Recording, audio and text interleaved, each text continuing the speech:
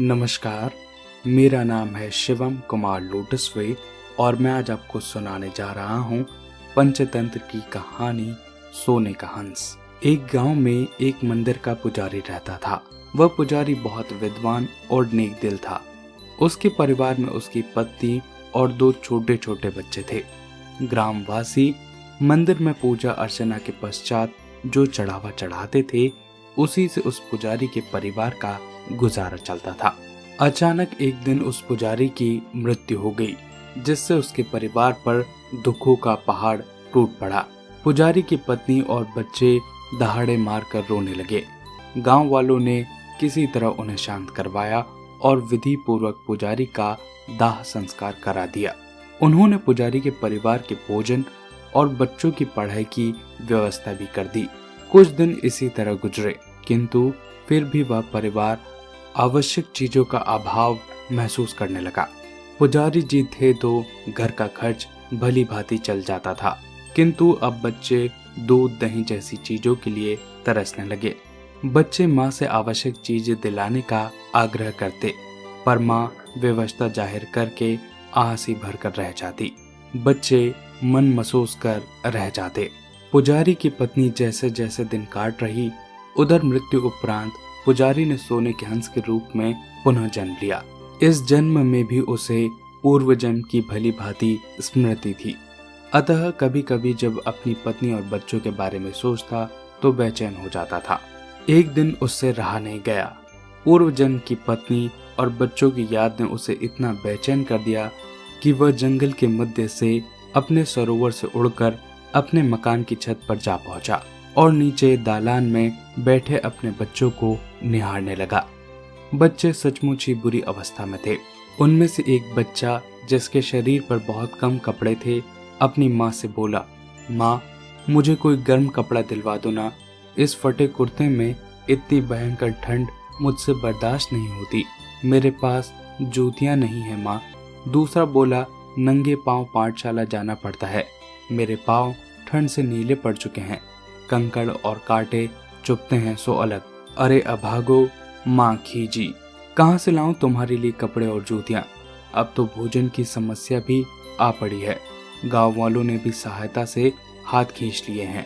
अब तो मंदिर के चढ़ावे से इतना भी अन्न नहीं मिलता कि 2 जून रोटी भी खा सकें। हमारे तो भाग्य फूट गए हैं माँ। बच्चे भी हतोत्साहित होकर बोले, जब से पिताजी का देहांत हुआ है, हम तो अच्छे भोजन के लिए भी तरस गए हैं। काश पिताजी जीवित होते। बच्चों की व्यवस्था को देखकर उसकी माँ की हिचकियां फूट पड़ी। उसने दोनों बच्चों को कलेजे से लगा लिया और फूट फूट कर रोने लगी।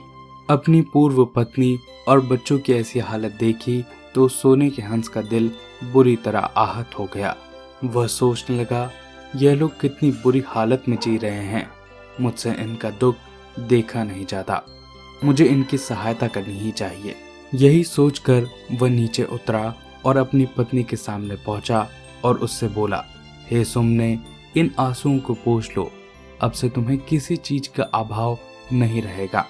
मैं तुम्हारी हर संभव सहायता करूंगा। एक हंस को इंसानी भाषा बोलते हुए देखकर वह ब्राह्मणी आश्चर्यचकित हो गई। आश्चर्य तो उसे यह देखकर भी हुआ कि वह हंस सोने का था, जबकि हंस प्रायः सफेद रंग के होते हैं। उसने हंस से पूछा, आप कौन हैं और हम लोगों की भाषा कैसे बोल लेते हैं? हंस ने उत्तर दिया, सुमने, आश्चर्य मत करो। मैं तुम्हारा वही पति हूँ जो असमय में ही काल कवलित हो गया था।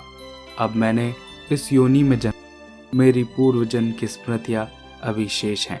मैं तुम लोगों के बारे में प्रायः सोचा करता था और तुम लोगों से मिलने की इच्छा रखता था। आज यहाँ पहुँचा तो तुम लोगों के ऐसी दुर्दशा देखकर मेरा मन बहुत दुखी हुआ। आपके जाने के बाद हम लोग ऐसी दुर्दशा में जीवन यापन कर रहे हैं स्वामी, पत्नी ने बताया। कभी कभी तो मेरे मन में आत्महत्या करने का विचार भी पैदा हो जाता है, किंतु बच्चों का ध्यान करके इरादा त्याग देती हूँ। अब अभावों से नहीं गुजरना पड़ेगा। मैं जो तुम्हारी सहायता के लिए आ गया हूँ, पर आप तो एक पक्षी की योनि में हैं। ऐसी हालत में आप हमारी सहायता कैसे कर पाएंगे? पक्षी तो अवश्य हूँ, किंतु सोने का। हंस बोला, मैं अपना एक पंख यहाँ छोड़ जाऊंगा, तब तुम उसे बेचकर अपना खर्च आसानी से चला लेना। तब उस हंस ने अपना एक पंख नीचे गिरा दिया और बोला, मैं 2-3 दिन के अंतराल के बाद यहाँ आता रहूंगा। शीघ्र ही तुम्हारी अवस्था अच्छी हो जाएगी। तुम धन पाकर घमंडी मत हो जाना। गरीबों और जरूरतमंदों की हर संभव सहायता करती रहना। इतना कहकर वह हंस अपने सरोवर के लिए उड़ गया। पत्नी सोने का पंख पाकर प्रसन्न हो गई। ब्राह्मणी सोने का पंख लेकर शहर के सोनार के पास गई। सोनार ने सोने का पंख देखा तो उसे भी आश्चर्य हुआ। उसने खुशी खुशी सोने के पंख की कीमत चुका दी। ब्राह्मणी और उसके बच्चों ने उस दिन पहली रात भरपेट स्वादिष्ट भोजन का स्वाद चखा। उस दिन के पश्चात वैसा ही होता रहा। हंस आता और अपना एक पंख छोड़ जाता। पंखों को बेच बेच कर ब्राह्मणी धनवान बन गई। उसने गांव में ही जमीन खरीद ली और आराम से जीवन यापन करने लगी। एक बार हंस काफी दिनों के बाद उसके पास पहुंचा और बोला, सुमने, अब मैं कभी कभार ही आ सकूंगा। आशा है अब तुम्हें मेरा अभाव महसूस नहीं होगा, क्योंकि अब तुम्हारी आर्थिक स्थिति भी सुदृढ़ हो गई है। अभी कहाँ हुई है? ब्राह्मणी लालच के वशीभूत होकर बोली, अभी तो दोनों बच्चों को आगे पढ़ाना है, उनके विवाह आदि भी करने हैं। हंस ने इस बात का उत्तर न देकर उससे यही बात कही। अब से वह 3 मास के पश्चात ही एक बार यहाँ आया करेगा। और ऐसा ही हुआ। एक बार 3 महीने बाद जब हंस लौटा तो उसने ब्राह्मणी से कहा, आज मैं अंतिम बार तुम्हारे पास आया हूँ। कुछ विवशता है जिसके कारण मुझे अपना सरोवर छोड़कर किसी अन्य सरोवर में जाना पड़ेगा। क्योंकि रास्ता हजारों योजन दूर का है, इसलिए हो सकता है वापस लौटना ही ना हो सके। अतः मैं तुमसे अंतिम बार विदा लेने आया हूँ। हंस की यह बात सुनकर ब्राह्मणी स्तब्ध रह गई। उसके मन में यह डर समा गया कि आगे उसकी और उसके परिवार की आवश्यकता कैसे पूरी होगी। जब नियमित रूप से मिलने वाले धन का मूल स्रोत ही समाप्त हो जाएगा तो फिर वही स्थिति उत्पन्न हो जाएगी जो उनकी धनवान बनने से पहले थी। ब्राह्मणी और उसका परिवार अब क्योंकि ऐशो आराम का आदी हो चुका था, अतः ऐसी स्थिति की कल्पना करके ही वह कांप उठी। उस ब्राह्मणी ने उस रात अपनी सेविका से परामर्श किया तो सेविका ने कहा, स्वामिनी, आप तो व्यर्थ ही चिंतित हो रही हैं। आप चाहें तो अभी से आगामी काल के लिए ढेर सारा धन इकट्ठा कर सकती हैं। पर कैसे? उस हंस के सारे पंख उखाड़ लीजिए, सेविका ने सलाह दी। क्या बक रही है तू?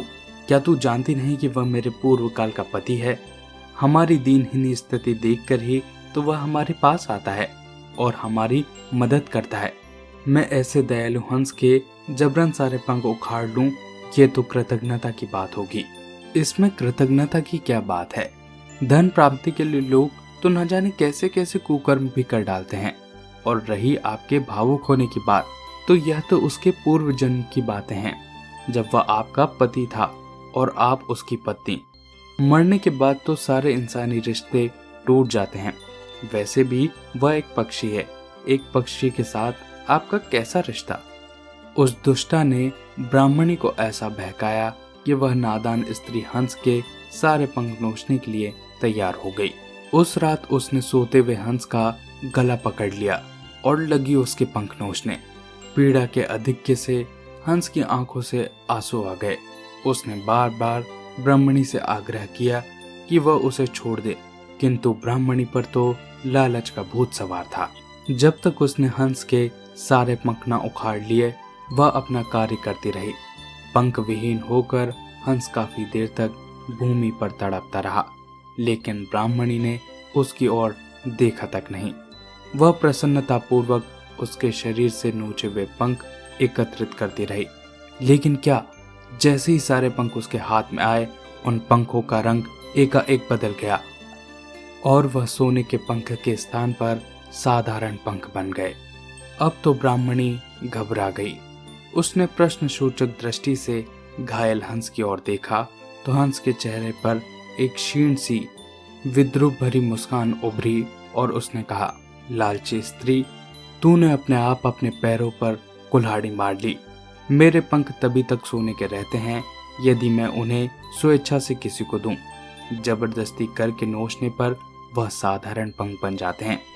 तूने लालच में आकर मेरे सारे पंख एक बार में ही नोच लेने चाहे, इसलिए उनका मूल्य नहीं रहा। याद रख, अब मेरे पंखों से एकत्रित की हुई सारी धन संपदा भी शीघ्र ही नष्ट हो जाएगी और तू और तेरे बच्चे फिर से दरिद्रता में जीवन व्यतीत करेंगे।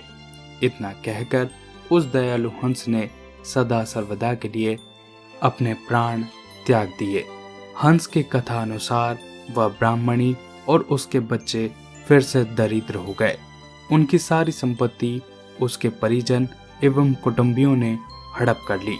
दोस्तों, इस कहानी से हमें ये शिक्षा मिलती है कि हमें कभी भी लालच नहीं करना चाहिए और कभी भी किसी के बहकावे में आकर कोई भी अनीतिपूर्ण कार्य नहीं करना चाहिए।